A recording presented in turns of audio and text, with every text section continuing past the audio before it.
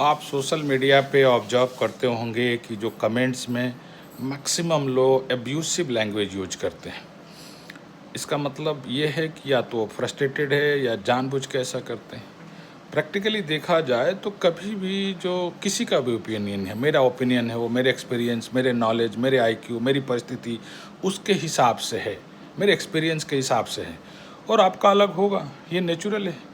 एक 5 आदमी के फैमिली में भी 2-3 आदमी आपके अपोज में हो जाता है क्योंकि आपका ओपिनियन मैच नहीं होता उसके ओपिनियन से, ये नेचुरल है। 800 करोड़ का पॉपुलेशन है वर्ल्ड का और ओपिनियन मैच नहीं होगा। आप मेरे पॉइंट से एग्री हो सकते हैं और डिसएग्री हो सकते हैं। तो डिसएग्री हो सकते हैं तो डेफिनेटली आप उसका कमेंट सिस्टमेटिक तरीके से कर सकते हैं। तो अगर हम सोशल मीडिया को परफेक्ट बनाना चाहते हैं तो अपना जो डिसेंट है उसको नोट कराएं, बोले कि हाँ भाई मैं आपके पॉइंट से एग्री नहीं हूँ। डेफिनेटली आप डिसएग्री हो सकते हैं, आप भी सही हैं और मैं भी सही हूँ।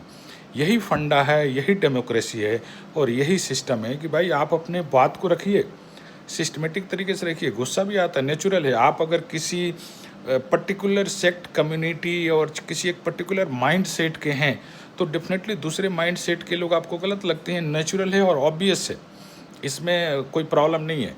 लेकिन ये सोच लेना कि जो मेरा माइंड सेट है वही बेस्ट है और दूसरे नहीं है, तो वो गलत है और प्रॉब्लम वहीं से शुरू होती है और उसमें जो आप परेशान हैं, क्योंकि अगर आप उस एंगल से सोच रहे हैं तो आपको कभी चैन नहीं आएगी और नींद नहीं आएगी और आप परेशान रहेंगे।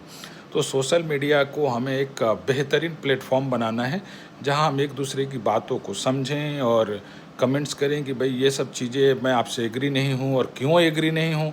तो अगला भी पढ़ेगा तो वो सोचेगा कि जो पॉइंट बोला है तो दूसरा डिसएग्री हो रहा है, तो क्यों हो रहा है, क्या उसका पॉइंट वैलिड है या नहीं है। तब जाके हम एक perfectly intellectual society, intellectual country की तरफ बढ़ेंगे जहाँ पे हम अपनी बातों को सही तरीके से रख पाएंगे और दूसरा भी या कमेंट्स के थ्रू अपनी बातों को सही तरीके से हमारे तक पहुँचा पाएगा और इससे ओवरऑल हमारा ग्रोथ होगा।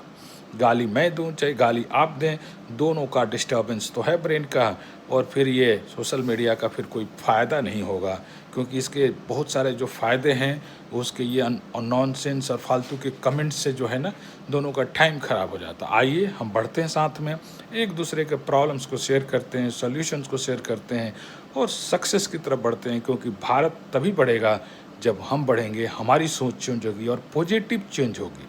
थैंक यू, नमस्कार।